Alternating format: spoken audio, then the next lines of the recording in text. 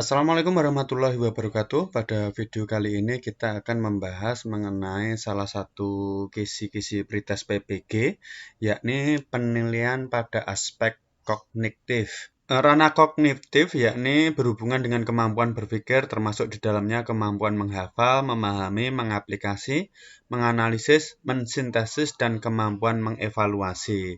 Secara garis besar ini merupakan dari taksonomi Bloom, yakni pengetahuan atau hafalan, pemahaman, penerapan, analisis, sintesis, dan evaluasi atau penilaian. Nah, pada ranah kognitif ini terkenal dengan teori kognitif yang dibuat oleh Jean Piaget yang terdiri dari 4 tahap. Tahapan pertama itu tahapan sensor motor terjadi pada usia 0 sampai 2 tahun. Kemudian tahap praoperasional itu terjadi pada usia 2 sampai 7 tahun. Ini mulai terjadi perkembangan kognitifnya. Kemudian tahap operasional konkret itu terjadi pada usia 7 sampai 11 tahun, di mana anak itu sudah mulai bisa menggunakan logika yang memadai. Kemudian yang terakhir adalah tahapan operasional formal, terjadi pada usia 11 sampai dewasa. Di sini anak sudah bisa mampu berpikir secara abstrak serta mampu menalar lebih logis. Jadi kita bahas mengenai ranah kognitif dari taksonomi Bloom. Yang pertama adalah ranah pengetahuan atau knowledge. Di sini adalah kemampuan seseorang untuk mengingat-ingat kembali atau merecall atau mengenali kembali tentang nama, istilah, ide, rumus-rumus, dan sebagainya tanpa mengharapkan kemampuan untuk menggunakannya. Ini sering disebut istilahnya C1. Di sini terdapat pengetahuan terhadap fakta, konsep, definisi, nama, peristiwa, tahun, daftar, teori, prosedur. Contohnya, kegiatan belajar yang berkaitan dengan pengetahuan yakni mengemukakan arti, menentukan lokasi, mendeskripsikan sesuatu, menceritakan apa yang terjadi, menguraikan apa yang terjadi. Kemudian yang kedua adalah pemahaman atau comprehension, C2. Di sini adalah kemampuan seseorang untuk mengerti atau memahami sesuatu setelah sesuatu itu diketahui dan diingat. Dengan kata lain, memahami adalah mengetahui tentang sesuatu yang dapat melihat dari berbagai segi. Ini berarti tingkatan kedua, setelah kita tahu, akhirnya kita paham. Di sini ada pengertian terhadap hubungan antar faktor, antar konsep, dan antar data, hubungan sebab akibat, dan penarikan kesimpulan. Contoh kegiatan belajar dalam ranah kognitif, misalnya saja mengungkapkan gagasan dan pendapat dengan kata-kata sendiri, membedakan atau membandingkan, menginterpretasikan data, mendeskripsikan dengan kata-kata sendiri, menjelaskan gagasan pokok, menceritakan kembali dengan kata-kata sendiri. Di sini adalah C2, yakni pemahaman. Selanjutnya yang ketiga atau C3 adalah penerapan aplikasi. Di sini adalah kesanggupan seseorang untuk menerapkan atau menggunakan ide-ide umum, tata cara ataupun metode-metode, prinsip-prinsip, rumus-rumus, teori-teori, dan sebagainya dalam situasi yang baru dan konkret. Yang pertama tadi adalah tahu, paham, kemudian diterapkan. Artinya menggunakan pengetahuan untuk memecahkan masalah atau menerapkan pengetahuan dalam kehidupan sehari-hari. Contoh kegiatannya menghitung kebutuhan, melakukan percobaan, membuat peta, membuat model, merancang strategi.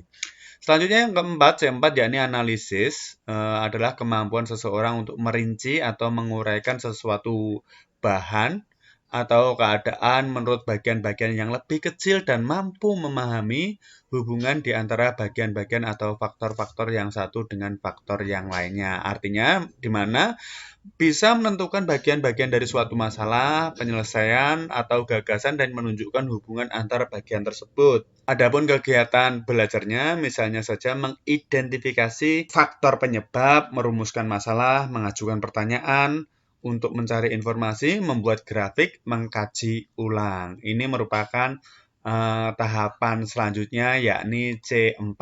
Selanjutnya adalah sintesis. Yang kelima adalah kemampuan berpikir yang merupakan kebalikan dari proses berpikir analisis. Sintesis ini merupakan suatu proses yang memadukan bagian-bagian atau unsur-unsur secara logis sehingga menjelma menjadi suatu pola yang berstruktur atau berbentuk pola baru. Artinya menggabungkan berbagai informasi menjadi satu kesimpulan, konsep atau merangkai berbagai gagasan menjadi satu hal yang baru. Contoh kegiatan belajarnya membuat desain, menemukan solusi masalah, menciptakan produk baru.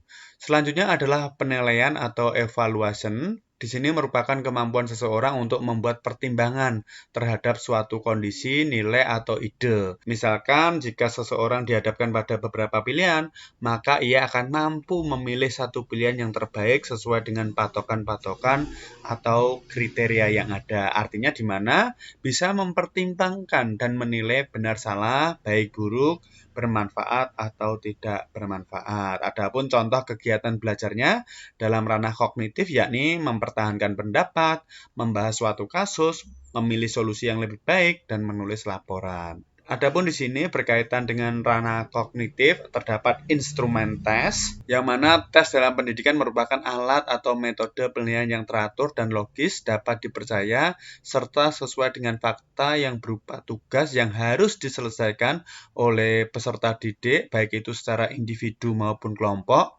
untuk menentukan kemampuan, keterampilan, dan tingkat pengetahuan peserta didik terhadap materi ajar. Adapun tes memiliki dua kegunaan, yaitu untuk mengukur peserta didik dan untuk mengukur ketercapaian program pengajaran. Jenis tes menurut fungsinya ada diagnostik, yakni tes diagnostik itu merupakan tes untuk menentukan cara tepat jenis kesukaran yang dihadapi oleh para peserta didik dalam suatu mata pelajaran tertentu. Dengan diketahuinya jenis-jenis kesukaran itu tadi, maka lebih lanjut akan dapat dicarikan upaya terapinya atau pengobatan yang tepat. Selanjutnya ada tes formatif. Tes formatif adalah hasil belajar yang bertujuan untuk mengetahui sudah sejauh manakah peserta didik telah terbentuk sesuai dengan tujuan pengajaran yang telah ditentukan setelah mereka mengikuti proses pembelajaran dalam jangka waktu tertentu. Ini biasanya untuk mencari umpan balik atau feedback. Selanjutnya, hasil dari penilaian tersebut dapat digunakan untuk memperbaiki proses belajar mengajar yang sedang atau yang sudah dilaksanakan. Kemudian ada tes sumatif, adalah tes yang dilakukan untuk memperoleh data atau informasi sampai di mana penguasaan atau pencapaian belajar siswa terhadap bahan pelajaran yang telah dilakukan. Yang terakhir ada tes placement atau penempatan. Tes ini untuk mengukur kemampuan dasar yang dimiliki oleh anak didik. Kemampuan tersebut dapat dipakai untuk memperkirakan kemampuan peserta didik pada masa mendatang, sehingga kepadanya dapat diberikan bimbingan, diarahkan, atau ditempatkan pada jurusan sesuai dengan kemampuan dasarnya. Placement ini biasanya dilakukan ketika awal masuk sekolah. Nanti dilihat nilai anak itu layak untuk masuk IPA atau lebih cocok di IPS. Instrumen penilaian harus valid, reliable, relevan, representatif, praktis, diskriminatif, spesifik, dan proporsional. Di sini contoh penilaian kognitif, misalnya saja melalui tes tertulis, itu ada pilihan ganda, uraian objektif, jawaban atau isian singkat, menjodohkan benar atau salah. Selanjutnya ada penilaian secara lisan, itu bisa melalui kuis atau tanya jawab secara lisan. Kemudian ada penugasan. Penugasan di sini ada portofolio dan performance. Ini tadi merupakan ranah kognitif, penilaian ranah kognitif. Semoga bermanfaat. Mohon maaf apabila ada kesalahan. Wassalamualaikum warahmatullahi wabarakatuh.